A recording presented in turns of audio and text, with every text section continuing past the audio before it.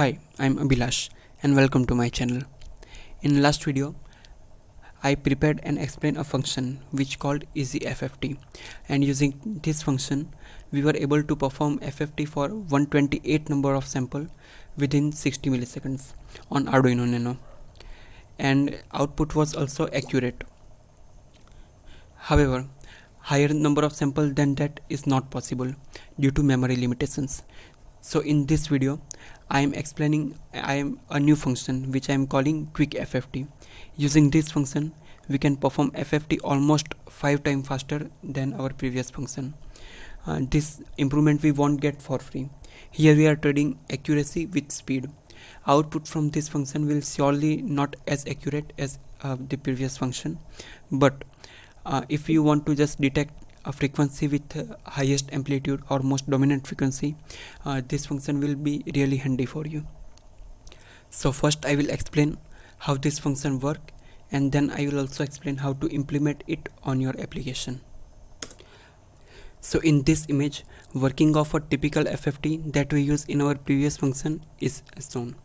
So here in blue color we have a signal of which we have to perform FFT.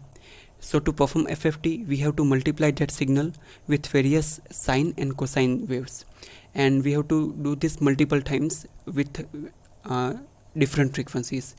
In this image I have shown example only for one frequency. So if you see that orange line, we have one cosine function and there is one orange dotted line which is for a sine function.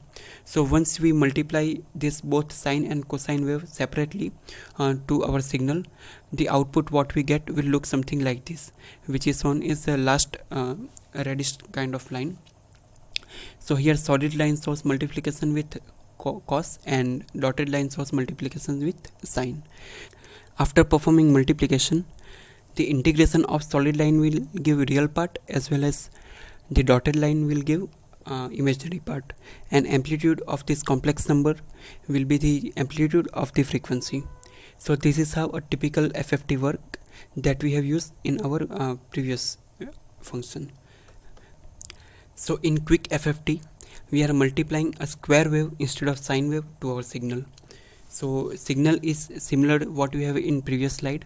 However, we have replaced our sine and cosine function with a square wave, and we have also tried to incorporate same phase as what we had before. So previously we had a cos wave. Currently it is being represented by a square wave which is in solid orange line, and similar way the sine wave is represented by dotted orange line, and multiplication of that is in red line. So after integration we will get a complex number which is nothing but integration of this solid and dotted line that will represent amplitude of our frequency.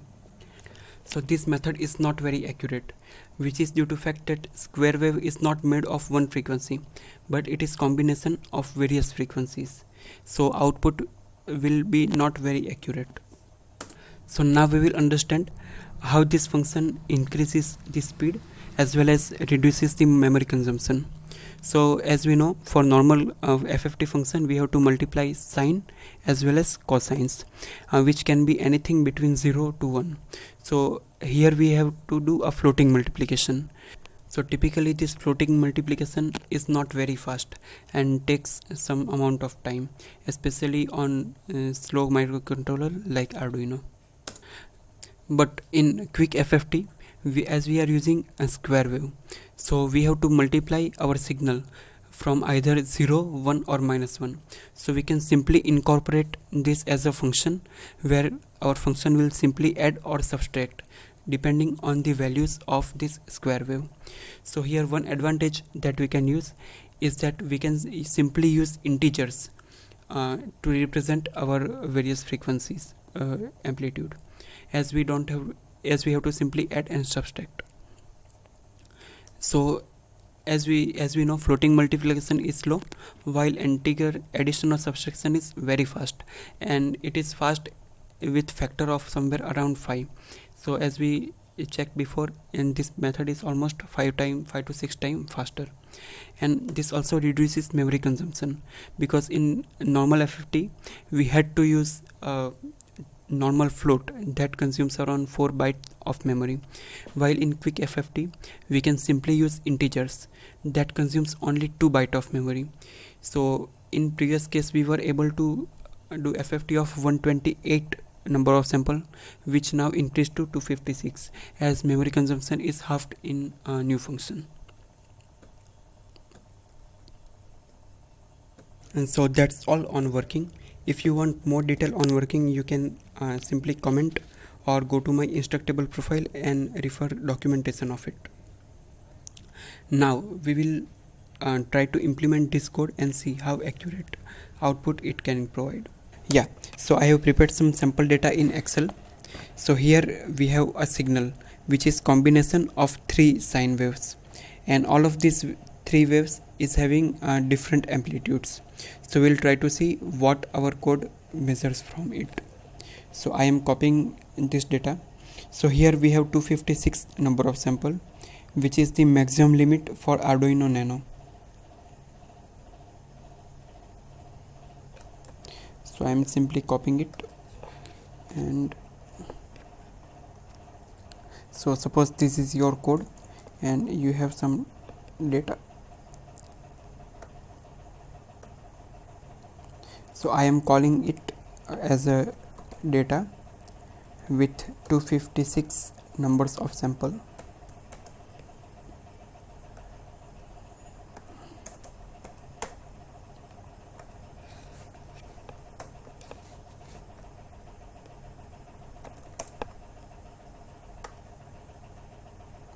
Yeah, suppose you want to perform FFT of this code. So first you have to download this function or this code, which is Quick FFT, and that is available on my Instructable profile. So you have to simply copy this function. You don't have to do anything, unlike our previous case where we have to also copy various sine and cosine values to our code. So here you have to simply copy this function and add it. Yeah,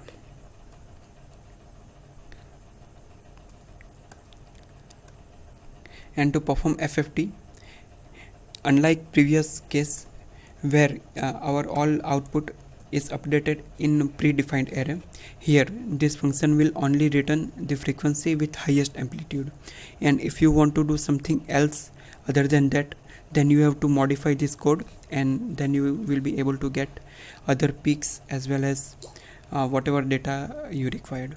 So here I am storing whatever output is given by this function as f, and that I will also print 0 dot.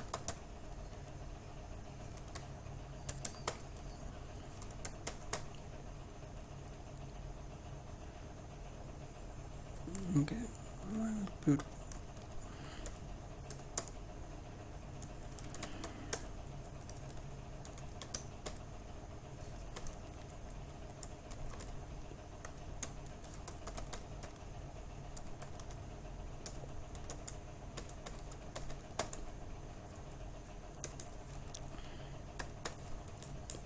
okay. So now we will try to run this code and see what output it gives.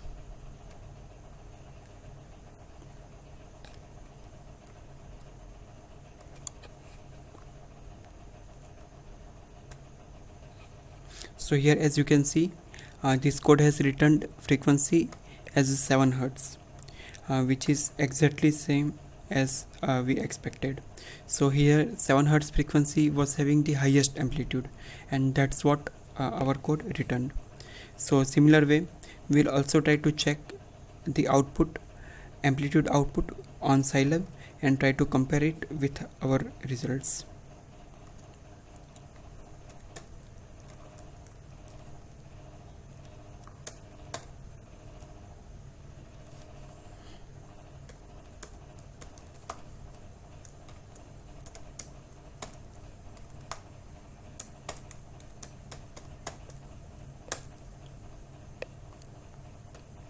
So as we expected, we are getting 3 frequency peaks.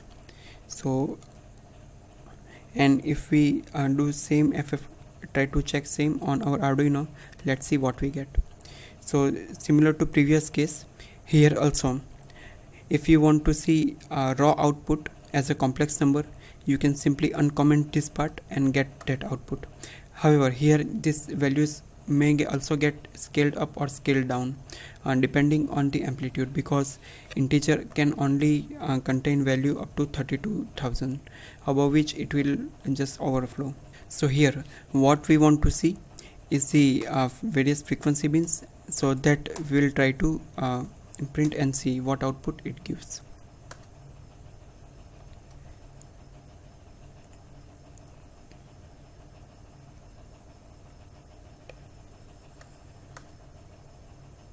Okay, so we'll try to compare these two values.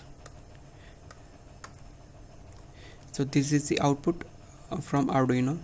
So here it is printing from 1 onwards, and similar we will also copy from Scilab.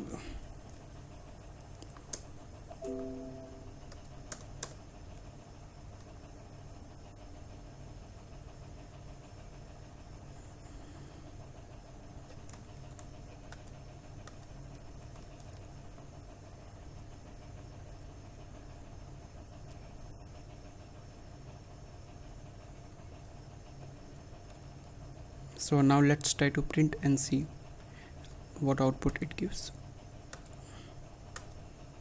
So this is the output from Scilab, and